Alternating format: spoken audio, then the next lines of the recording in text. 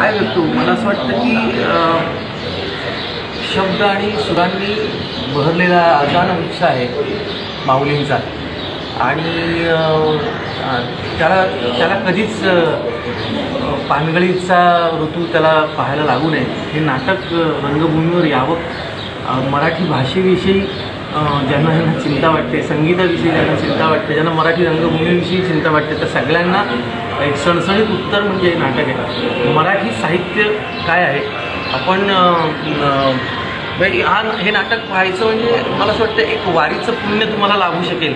इतकं सुंदर हे नाटक आहे. शुभांगी आणि मानसी या दोघींनी जी कामं वठवली आहेत, तुकोबाचं आणि विठोबारायाचं तिथे अनुपस्थित असणं ही इतकी महत्त्वाची गोष्ट दिग्दर्शकानं तिथे आणलेली आहे की या भक्तीपायी काय होतं त्या आवलीचं तुकोबारायांचं आणि त्या रखुमाईचं काय होतं आहे आणि स्त्री म्हणून त्यांना काय वाटतं आहे. म्हणजे हे नाटक इतकं कंटेम्पररी मला वाटतं, आजचं वाटतं.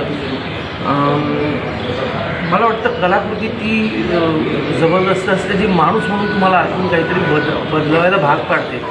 मला हे नाटक बघून असं वाटतं स्त्रियांशी आणखी चांगलं मला वागलं पाहिजे, माझ्या घरातल्या, माझ्या बायकोशी, माझ्या आईशी, माझ्या मुलीशी. आणि प्राजक्त देशमुख हा लेखक दिग्दर्शक जो आहे या नाटकाचा, मला असं वाटतं की अत्यंत प्रतिभावान मुलगा आहे आणि त्यांनी ज्या पद्धतीनं हे नाटक लिहिलं आहे, ज्या पद्धतीनं त्याचं मंचन केलेलं आहे, ते जो आविष्कार त्यानं केलेला आहे. आणि सगळ्यात महत्त्वाची गोष्ट मला वाटतं की मी इथे धन्यवाद देऊ इच्छितो थिएटर अकॅडमी यांनी जी एक रंगसंगीत नावाची एकांकिका स्पर्धा सुरू केली, संगीत एकांकिका स्पर्धा.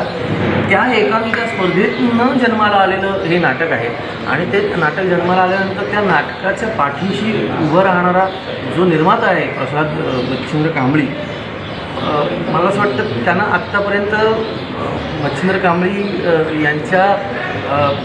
यांनी जी धुरा प्रसादच्या खांद्यावर दिली, त्यानंतर त्यांनी अत्यंत समर्थपणे ती का पेलली आहे ते त्याच्या इतर नाटकांबरोबर या नाटकातनं कळतं. या नाटकावर पैसा लावणं, या नाटकाची निर्मिती करणं आणि ती या दर्जाची निर्मिती करणं हे फार फार फार मला वाटतं एक वेगळ्या प्रकारचा रसिक निर्माता जर रसिक असेल स्वतः तर काय होतं याचा परिपाक हे नाटक आहे. प्रत्येक बाजू म्हणजे प्रदीप मुळे यांचं सेट आणि त्यांच्या लाईट्स आणि आनंद खूप त्यांचं म्युझिक इतकं सुंदर आहे असं आणि टेक्निकली इतकं साऊंड नाटक की त्या मुली लाईव्ह गात आहेत असं वाटत नाही, ते रेकॉर्ड चाललं आहे असं वाटावं आपल्याला. इतपत सफाईनं या दोन्ही मुली काम करतात आणि टेक्निकली इतकं सुंदर नाटक आहे. ऑल इन ऑल सरते शेवटी एवढंच वाटतं की असं नाटक रंगभूमीवर आणणं ही जर एखाद्या निर्मात्यानं एक धाडस केलं असेल तर ते नाटक चालवणं आपल्या हातात आहे. आणि मला आनंद वाटतो आहे, आजही मी बसलो होतो तर ऑलमोस्ट हाऊसफुल होतं नाटक. हे नाटक बरेच वर्ष माझ्या मनातनं जाणार नाही, हे रेंगाळत राहील माझ्यासोबत. याच्यातली गाणी प्राजक्त देशमुख आणि मानसी आणि शुभांगी सदावर्ते यांचा अभिनय प्रत्येक बाबतीत हॅट्स ऑफ. खूप खूप आनंद होतो, खूप बरं वाटतं आहे. आपण मराठी आहोत आणि मराठी असल्याचा अभिमान मला फार अशा काही गोष्टी बघितल्या की मग वाटतं की हो हो मी मराठी आहे, हो हे साहित्य आपलं आहे, हो हो ही भाषा माझी आहे, हे संगीत आपलं आहे.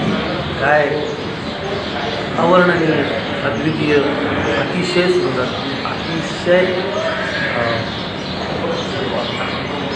पवित्र आणि विद्रोही सगळं एकाच वेळेला. संगीत देवबावली हा काटा आता माझ्या इथे गुंतलेला आहे आणि मला तो काढायचा नाही, त्याची जखम मला तशीच ठेवायची.